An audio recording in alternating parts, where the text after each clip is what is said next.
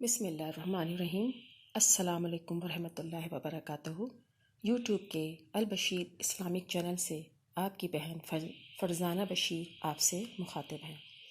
اس channel کا اہم مقصد قرآن پاک کی آیت کا ترجمہ اور تفسیر جامع انداز میں آپ کو بتانا ہے، کیونکہ ہم میں سے بہت سارے لوگ، بلکہ میں کہوں گی کہ بہت زیادہ ہی لوگ جو ہیں وہ قرآن پاک کا ترجمہ اور اس کی تفسیر نہیں پڑھتے۔ ہمیں نہیں اندازہ ہوتا کہ قرآن پاک میں اللہ تعالیٰ ہم سے کیا بیان فرما رہے ہیں۔ ہم عربی تو پڑھتے ہیں، ترجمے پہ ہماری توجہ نہیں ہے۔ اس چینل کا اہم مقصد یہی ہے کہ آپ کو قرآن پاک کی آیات، اس کا ترجمہ اور کچھ تفسیر جامع انداز میں بتا دی جائے، تاکہ آپ اس کو سنیں اور عملی زندگی میں اس پر عمل پیرا ہوں۔ آج اس ٹاپک کو میں آپ سے شیئر کروں گی، وہ بہت دو اہم صورتیں ہیں جو ہیں سورہ فلق اور سورہ ناس۔ ان کی برکات، ان کی اہمیت اور ان کی فضیلت اور ان کا شان نزول۔ سورہ ناس اور سورہ فلق سے آپ بخوبی واقف ہیں اور کئی دفعہ سن بھی چکے ہوں گے، لیکن میرا خیال ہے کہ ترجمے اور تفسیر سے اکثر لوگ نابلد ہوں گے۔ تو سب سے پہلے تو میں ان دونوں صورتوں کی شان نزول کے متعلق آپ کو بتاؤں گی۔ ایک حدیث میں ہے کہ رسول پاک صلی اللہ علیہ وآلہ وسلم نے ارشاد فرمایا، آج کی رات مجھ پر کچھ ایسی آیات نازل ہوئی ہیں جن کی مثل میں نے کبھی نہیں دیکھی۔ یہ فرما کر آپ صلی اللہ علیہ وآلہ وسلم نے سورہ ناس اور سورہ فلق پڑھی۔ ایک اہم بات میں آپ کو ضرور بتا دوں گی، قرآن پاک کی یہ واحد دو صورتیں ہیں جو اکٹھی نازل ہوئی ہیں۔ یہ اس دونوں صورتوں کی خاصیت ہے۔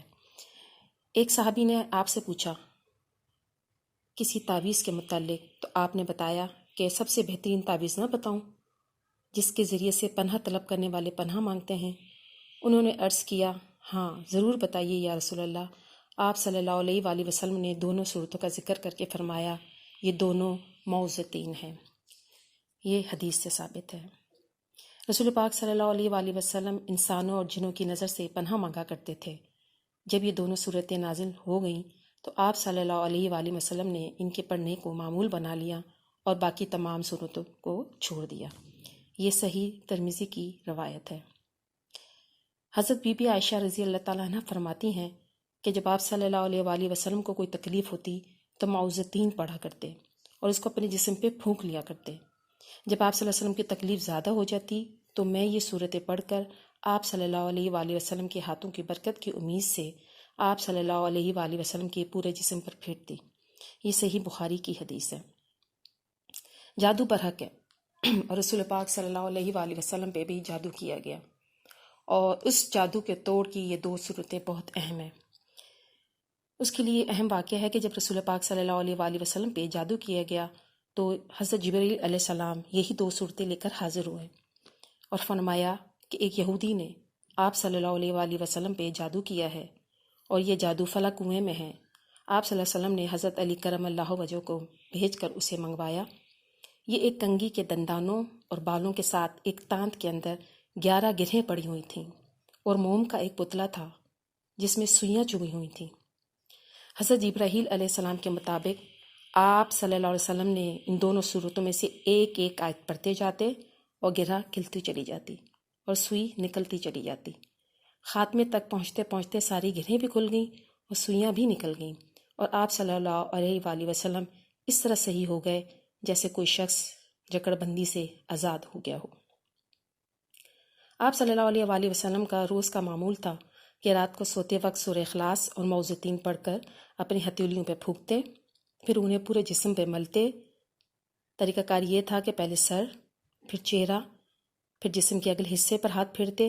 اس کے بعد جہاں تک آپ صلی اللہ علیہ وآلہ وسلم کے ہاتھ پہنچتے 3 مرتبہ آپ صلی اللہ علیہ وآلہ وسلم اس طریقے کو فرمایا کرتے تھے۔ یہ صحیح بخاری کی حدیث سے ہے۔ سورہ فلق کا ترجمہ میں آپ کو ضرور بتاؤں گی تاکہ آپ کو سمجھ آئے کہ سورہ فلق میں اللہ تعالیٰ کیا فرما رہے ہیں۔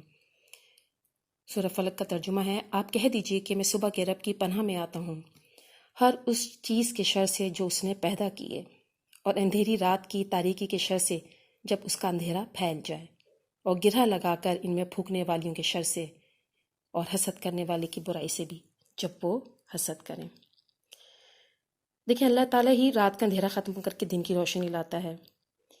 وہ اللہ اس طرح خوف اور دہشت کو دور کر کے پناہ مانگنے والوں کو امن بھی دے سکتا ہے۔ انسان جس طرح رات کو اس بات کا منتظر ہوتا ہے کہ صبح روشن ہو جائے گی، اس طرح خوفزدہ آدمی اپنی پناہ کے ذریعے صبح کامیابی کے طلوع کا امیدوار ہوتا ہے۔ یہ بات عام ہے کہ اس میں شیطان اس کے ذریعے جہنم اور ہر چیز سے پناہ ہے جس سے انسان کو نقصان پہنچ سکتا ہے۔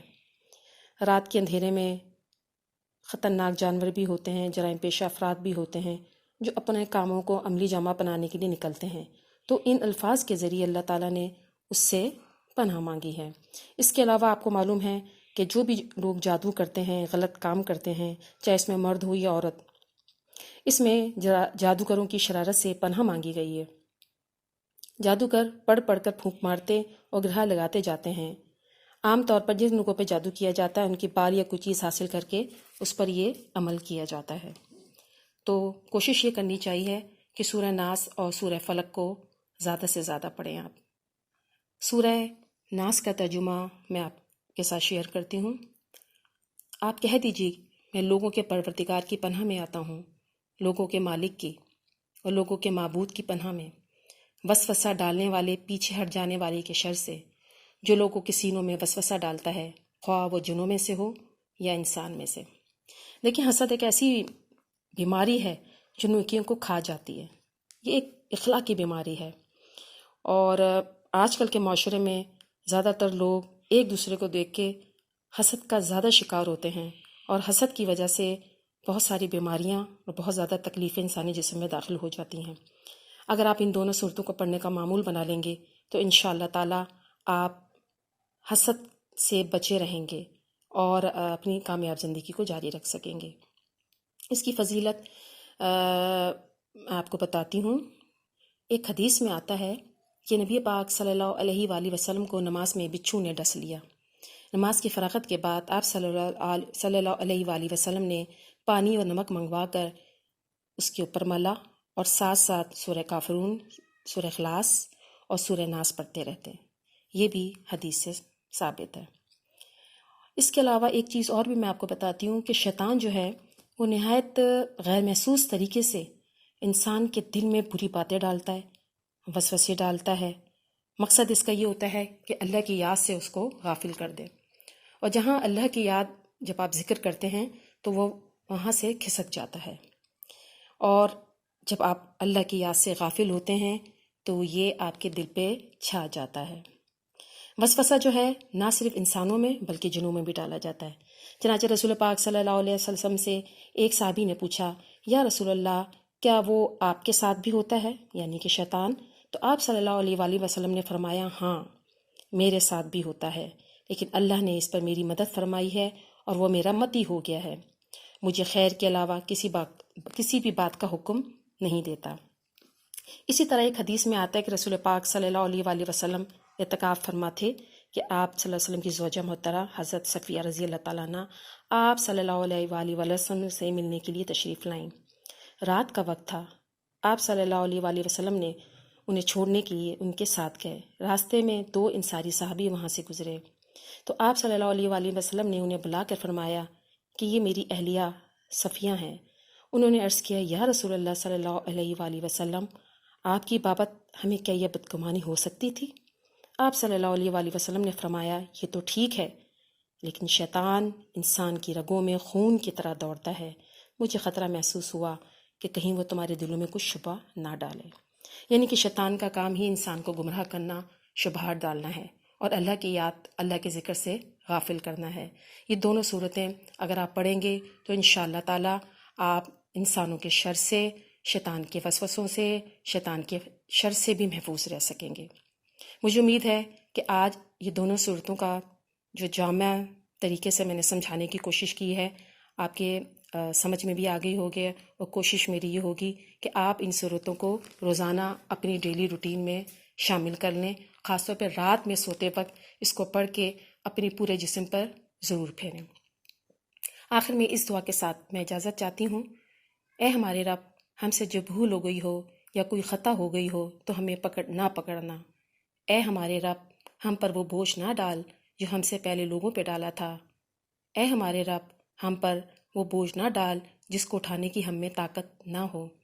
ہم سے درگزر فرما اور ہمیں بخش دے اور ہم پر رحم فرما، آمین ثم آمین۔